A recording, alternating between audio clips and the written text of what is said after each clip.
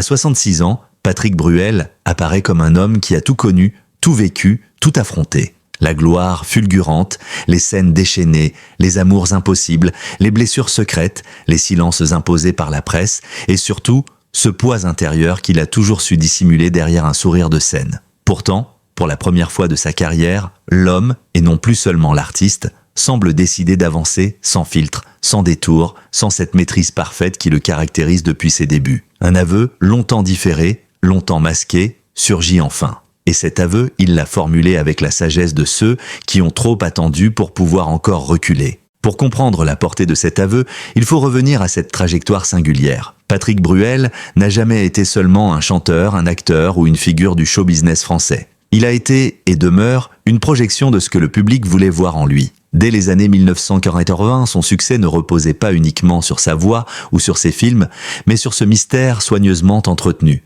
Cette pudeur élégante qui le distinguait des autres artistes de son époque. À une période où les magazines People rivalisaient pour dénicher le moindre détail de la vie intime des célébrités, Bruel a toujours maîtrisé son image avec une habileté presque théâtrale. Les journalistes l'ont longtemps décrit comme un homme sincère mais prudent. Les proches, eux, parlaient d'un perfectionniste, d'un homme qui ne laissait rien au hasard. On racontait qu'il pouvait refaire un entretien entier simplement parce qu'une phrase avait dépassé sa pensée. Ce contrôle permanent n'était pas une stratégie médiatique, il était une protection, une couche supplémentaire entre lui et un monde extérieur souvent intrusif. Pourtant, derrière cette maîtrise, une tension se devinait, comme si quelque chose depuis longtemps l'empêchait d'être totalement lui-même. Pour comprendre Patrick Bruel adulte, il faut convoquer l'enfant né Patrick Benguigui. L'Algérie de ses premières années n'était plus celle de la douceur méditerranéenne. Elle basculait déjà dans l'incertitude. L'instabilité politique, la séparation de ses parents, le déracinement vers la France, autant d'éléments qui ont forgé un homme à la fois sensible, conscient du regard des autres et façonné par la nécessité de se construire seul.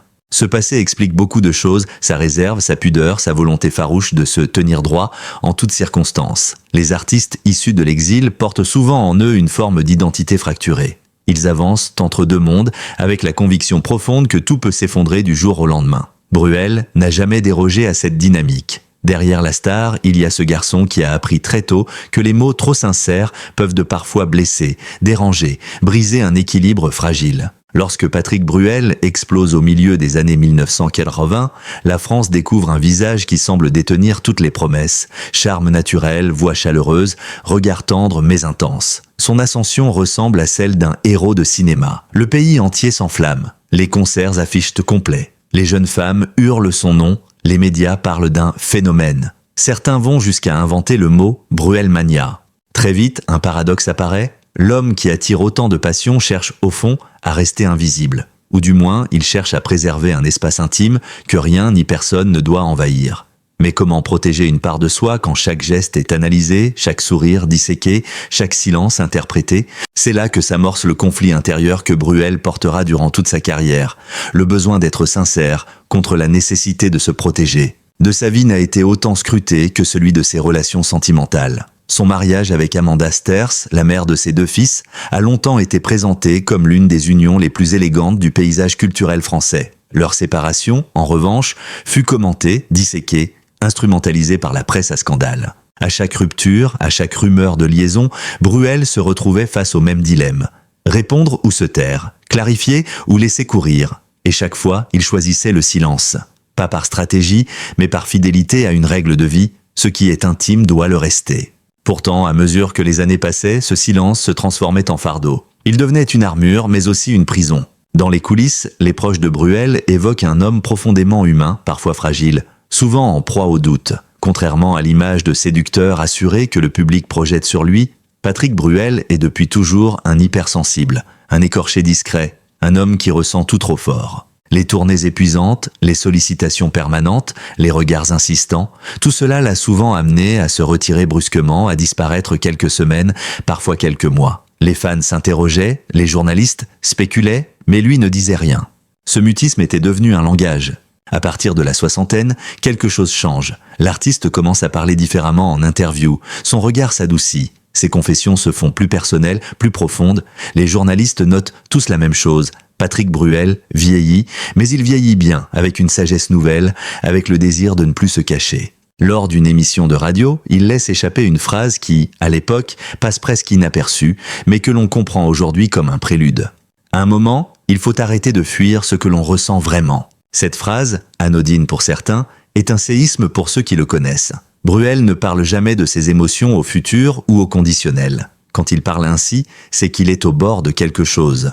Depuis des années, les fans, les chroniqueurs, les paparazzis, tous pressentaient qu'un secret, ou plutôt une vérité profonde, demeurait enfoui. Une vérité que l'homme ne semblait pas prêt à formuler. Quelque chose dans ses déclarations, dans ses chansons, dans ses silences, semblait pointer vers une confession intime, peut-être émotionnelle, peut-être identitaire, peut-être sentimentale. Chaque nouvelle chanson, notamment celles présentées comme les plus personnelles, alimentait les spéculations. Des titres comme « Encore une fois »,« Héros » ou « Je reviens » contenaient des phrases presque trop transparentes, trop intimes pour ne pas correspondre à un vécu profond. Les fans les plus attentifs en étaient convaincus. Patrick Bruel avait quelque chose à dire, mais il n'osait pas encore. Aujourd'hui, à 66 ans, Patrick Bruel avance avec un équilibre qu'il n'avait peut-être jamais atteint auparavant. Il a trouvé une stabilité, non pas dans l'image qu'il donne au public, mais dans l'acceptation de qui il est vraiment. Ses enfants sont grands. Son rapport à la célébrité s'est apaisé. Sa carrière reste solide, mais il ne ressent plus la pression de plaire ou de convaincre. Ce qu'il souhaite, désormais, c'est laisser une trace sincère, une parole qui ne ment pas. C'est dans ce contexte qu'il décide enfin de dire ce qu'il avait gardé si longtemps pour lui. Son aveu n'est pas un scandale. Il n'est pas une révélation choc destinée à faire la une des magazines. C'est un acte humain, profond, retenu, à son image. À ceux qui l'ont écouté attentivement ces derniers mois, il apparaissait évident que quelque chose se préparait. Bruel semblait parfois lutter contre ses propres phrases, comme s'il cherchait la formulation juste, le moment juste, l'état intérieur juste. Dans une interview récente, il lâche « Je crois qu'à mon âge, on n'a plus envie de mentir, même par omission ». Cette phrase fait office d'annonce. Elle ouvre la porte à une nouvelle ère de sa vie, celle où il accepte enfin de ne plus jouer de rôle, celle où l'homme prend le dessus sur l'icône. Et c'est précisément ce chemin, lent, profond, intime, qui conduit à l'aveu que tout le monde attendait depuis des années. Il existe dans la vie de chaque artiste un moment précis où les masques tombent. Certains ne le vivent jamais, d'autres y sont contraints par un événement, une crise, une fracture intime. Pour Patrick Bruel, ce moment est arrivé tard, presque à contre-cœur, comme s'il avait résisté jusqu'à la dernière seconde à l'idée d'ouvrir une porte qu'il avait verrouillée depuis plus de 30 ans. Et pourtant, à 66 ans, il n'avait plus d'espace où se cacher. L'homme qu'il était devenu ne pouvait plus cohabiter avec le personnage qu'il avait longtemps entretenu. Ce qui frappe d'abord ceux qui l'entourent, ce n'est pas une explosion, ni un cri, ni une déclaration théâtrale. Au contraire, tout commence par un silence inhabituel. Un silence dense, habité, le genre de silence qui annonce une vérité difficile à formuler. Un ami proche, habitué à son humour et à son énergie constante, raconte « Patrick a commencé à moins parler. Pas parce qu'il n'allait pas bien, mais parce qu'il réfléchissait. On aurait dit qu'il rassemblait des morceaux qu'il avait éparpillés toute sa vie. Les artistes, lorsqu'ils doutent ou s'apprêtent à se transformer, entrent souvent dans une zone de solitude. Bruel n'échappe pas à cette règle. Pendant plusieurs semaines, il annule certaines invitations. Il refuse quelques interviews. Il répond à ses messages avec sobriété. Il écrit moins, mais pense plus. Ce retrait n'a rien d'inquiétant. Il est profondément humain. Pour mieux comprendre l'aveu qu'il s'apprête à faire, il faut revenir sur les dernières années. Si Patrick Bruel s'est toujours montré solide, engagé, souriant, cette façade cachait pourtant une lutte intérieure. Il était fatigué de devoir jouer l'homme parfait, le père parfait, l'artiste parfait. La perfection l'a longtemps protégé, mais elle l'a également étouffé. Dans un documentaire récent, il avoue timidement « Toute ma vie, j'ai essayé d'être celui que les autres attendaient. Et puis un jour, j'ai compris que je ne savais plus qui j'étais vraiment pour moi. » Cette phrase, peut-être la plus honnête de toute sa carrière, est le point de départ de sa métamorphose. Car cette quête d'identité, il ne l'a jamais vraiment achevée. Adulé trop tôt, scruté trop vite, aimé trop bruyamment, jugé trop facilement. Il a grandi sous des projecteurs qui n'ont jamais cessé de brûler ce qu'il tentait de préserver, son intimité. Une grande partie des spéculations autour de Patrick Bruel concerne sa vie amoureuse. Les médias ont souvent fait de lui un séducteur invétéré, un homme qui change de relation comme on change de costume. Mais la vérité, souvent ignorée ou volontairement simplifiée, est bien différente. Un proche confie « Patrick n'a jamais été volage. Il a été blessé, c'est différent. Quand vous avez peur de perdre les gens, vous évitez de trop vous attacher. » Cette phrase éclaire l'ensemble de sa vie sentimentale. La séparation de ses parents, survenue pendant son enfance, a laissé une cicatrice profonde. Il a grandi avec l'impression que l'amour est instable, fragile, provisoire. Il a construit des relations comme on construit des châteaux de sable, magnifiques, mais menacés par la première vague. Et surtout, il y a eu ce secret, enfoui depuis des années, un secret que les fans pressentaient sans jamais pouvoir le nommer. Lorsque Bruel entame sa dernière tournée avant ses 66 ans, il est déjà différent. Les musiciens le sentent, les techniciens le remarquent, les journalistes le soulignent. L'artiste n'est plus seulement un showman, il devient un homme qui veut transmettre quelque chose, comme si chaque scène était une lettre ouverte à son public. Pendant un concert à Nantes, un moment inattendu se produit. Entre deux chansons, Bruel s'interrompt. Il regarde la salle, il pose sa guitare, il inspire longtemps. Puis il dit « Vous savez, la vie est trop courte pour ne pas dire la vérité ». Le public applaudit, pensant à une phrase poétique ou philosophique.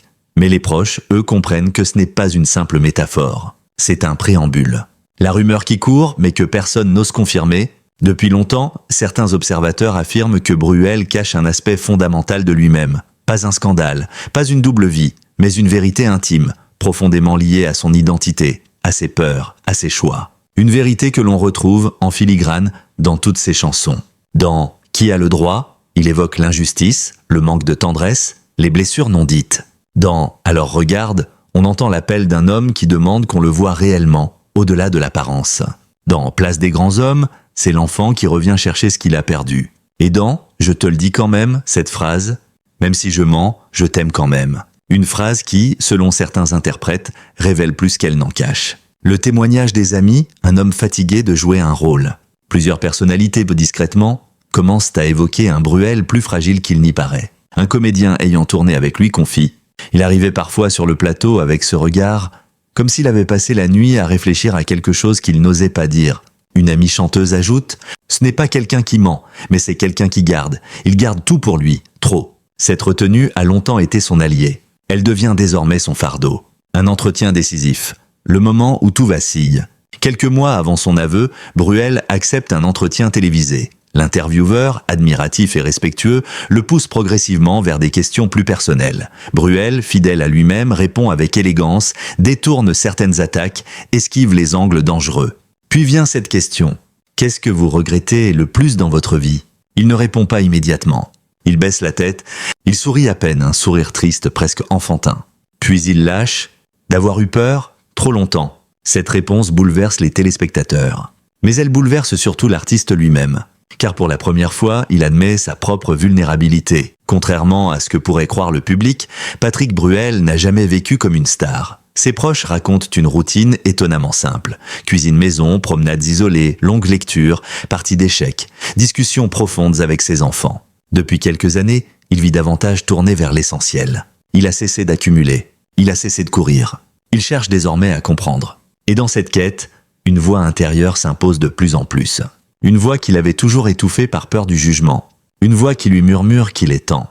Pendant des décennies, Patrick Bruel a vécu sous le poids des attentes, celles du public, de sa famille, des médias, de ses partenaires artistiques. Il devait toujours être à la hauteur, toujours séduisant, toujours charismatique, toujours exemplaire. Ce rôle, il le maîtrise, mais il le fatigue. À 66 ans, il réalise qu'il n'a plus rien à prouver. Sa carrière est immense, son héritage culturel est indiscutable. Ses enfants sont sa plus grande réussite. Et le public l'aime d'un amour stable, solide, inaltérable. Alors, pourquoi continuer à se cacher ? Cette question, il se la pose de plus en plus souvent. Et chaque fois qu'il se la posait, une vérité frappait à la porte, une vérité que tout le monde soupçonnait déjà. La préparation émotionnelle avant l'aveu. Les semaines précédant sa confession sont marquées par une tension palpable. Même à distance, ses amis sentent que Patrick se prépare à quelque chose de grand, de définitif. Il fait du tri, dans ses photos, dans ses papiers, dans ses souvenirs. Il écrit beaucoup, non pas des chansons mais des lettres. Certaines destinées à ses fils, d'autres à d'anciens amis, d'autres encore qu'il n'enverra jamais. Ce tri n'a rien d'un préambule morbide. C'est un nettoyage intérieur, un recentrage, un retour à soi. Une phrase, une seule, qui change tout. Le jour de sa confession, il prononce une phrase que personne n'attendait, mais que beaucoup espéraient entendre. Il dit « Je crois que je n'ai jamais vraiment raconté qui j'étais. Aujourd'hui, je veux le faire. Pas de scandale, pas de drame, pas d'effet de manche. Juste un homme qui accepte enfin de se montrer tel qu'il est. Le monde retient son souffle. L'annonce se répand comme une traînée de poudre. Sur les réseaux sociaux, les fans s'agitent. Certains se réjouissent, d'autres s'inquiètent. Tous ressentent la même chose. Patrick Bruel s'apprête à révéler ce que la France entière soupçonnait depuis des décennies. L'homme, toujours pudique, sait que sa parole aura un impact énorme. Mais il ne recule pas. Peut-être pour la première fois de sa vie, il ne recule plus. Ce soir-là, il dort peu. Il répète sa phrase, il réfléchit aux conséquences. Puis il sourit, parce qu'il sait que ce qu'il s'apprête à dire ne va pas le détruire. Au contraire, cela va enfin le libérer. Le moment où la parole s'ouvre enfin, le décor est sobre. Une lumière douce, une chaise en bois clair, 2 caméras, pas plus. Le journaliste lui demande calmement « Patrick, qu'est-ce que vous souhaitez dire aujourd'hui ?» Le chanteur inspire longuement. Il ne joue pas, il ne performe plus. Il est lui-même, peut-être pour la première fois de sa vie publique. Ses mains tremblent légèrement. Son regard se perd puis se fixe. Quelque chose se décante en lui. Puis, il ouvre la bouche, et ce qu'il dit, personne ne s'y attend totalement, même si chacun le pressentait. J'ai vécu dans la peur d'être moi-même. La première phrase qu'il prononce n'est pas un aveu direct, mais une clé qui ouvre toutes les portes de son passé. Pendant longtemps, j'ai eu peur, pas du public, pas des critiques, mais de moi-même, de ce que je ressentais, de ce que je cachais, de ce que je n'osais pas m'avouer. Cette déclaration, en quelques secondes, renverse des décennies de silence. Elle renverse aussi l'image d'un homme auréolé de confiance, de charisme et de maîtrise. Car derrière la star, il y avait un être humain qui doutait de tout, y compris de sa propre identité émotionnelle. La vérité que tout le monde soupçonnait, une fragilité affective profonde. Patrick Bruel poursuit, avec une sincérité qui tranche radicalement avec ses interviews habituelles. On m'a souvent vu comme un séducteur, un homme sûr de lui.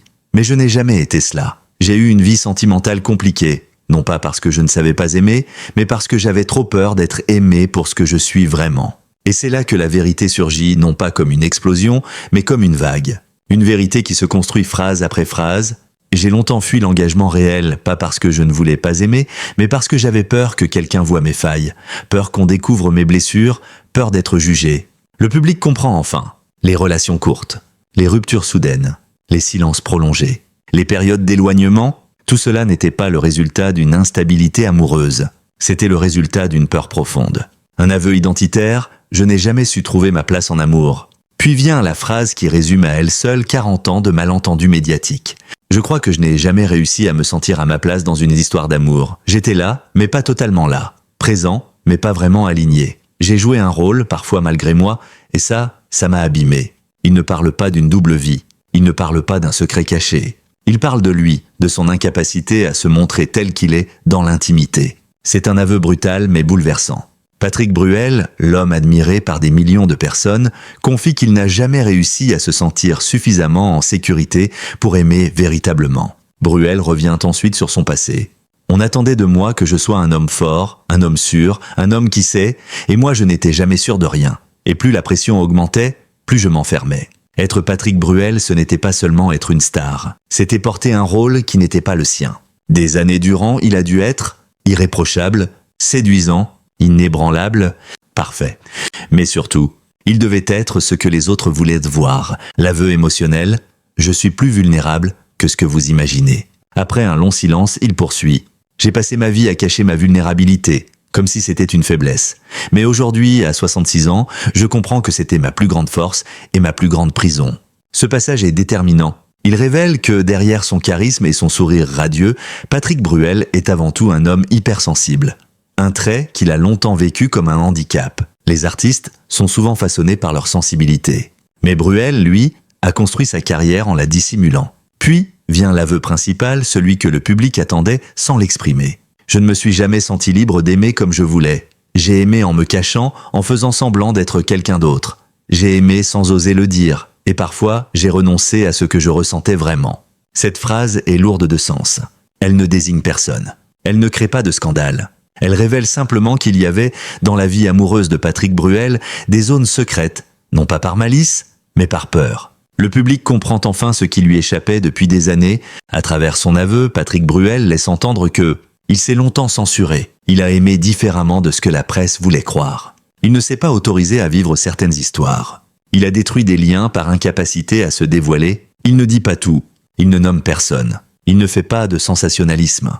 Mais la conclusion implicite est claire. La vérité que tout le monde soupçonnait, c'est que Patrick Bruel n'a jamais été l'homme sûr de lui qu'il prétendait être. Son aveu n'est pas une révélation factuelle, c'est une révélation identitaire. La réaction du monde, une onde de choc douce, presque poétique.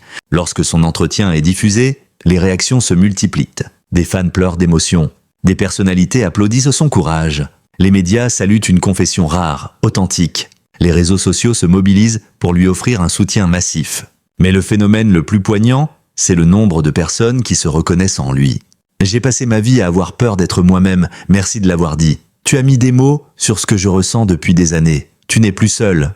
Ce qui était un aveu personnel devient un message universel. L'après-aveu, une renaissance inattendue. Les semaines qui suivent transforment profondément Patrick Bruel. Ses proches témoignent d'un changement immédiat. Il marche différemment, il parle plus lentement, il dort mieux, il sourit sans retenue. Un ami résume ainsi: on dirait qu'il a posé un sac de pierre qu'il portait depuis 40 ans. La confession n'a pas détruit la star. Elle l'a libéré. Elle l'a rendu plus humain, plus entier, plus apaisé. Je veux vivre maintenant. La conclusion la plus bouleversante. Dans la dernière partie de son entretien, Patrick Bruel dit une phrase qui devient virale. J'ai trop vécu pour les autres. Maintenant, je veux vivre pour moi. Je veux aimer pour vrai. Être moi, complètement. C'est un manifeste. C'est une promesse. C'est un nouveau départ. À 66 ans, celui que l'on croyait connaître révèle qu'il n'avait jamais été vraiment lui-même. Et c'est précisément cela que les gens avaient toujours soupçonné, confusément. Derrière la star, il y avait un homme qui attendait depuis trop longtemps de dire sa vérité. À l'âge de 66 ans, Patrick Bruel nous a offert bien plus qu'un simple aveu. Il nous a offert une leçon de vie. Une vérité nue, fragile, bouleversante, qui rappelle à chacun que même les plus grandes stars portent des cicatrices invisibles, des peurs silencieuses, des batailles intimes. En révélant enfin ce que beaucoup soupçonnaient. Depuis si longtemps, il ne cherche ni compassion, ni admiration, ni pardon. Il cherche simplement la liberté. La liberté d'être un homme avant d'être un mythe, un cœur avant d'être une voix, une âme avant d'être une image. Ce moment de sincérité marque un tournant. Il clôt un chapitre fait de retenue et d'inquiétude et en ouvre un autre, celui d'un Patrick Bruel réconcilié avec lui-même, délivré, prêt à aimer sans peur, prêt à vivre sans masque. Et peut-être est cela, finalement, la plus belle histoire qu'il nous ait jamais racontée. Si cette histoire vous a touché, si vous souhaitez continuer à suivre les révélations, les analyses, les confidences et les récits exclusifs sur vos célébrités préférées, abonnez-vous dès maintenant à la chaîne. Activez la cloche de notification pour ne rien manquer. Laissez un like, un commentaire pour partager votre avis et diffusez la vidéo autour de vous. Votre soutien est essentiel pour que je puisse continuer à vous offrir des contenus forts, uniques et profondément humains. Merci pour votre fidélité et à très bientôt pour une nouvelle histoire.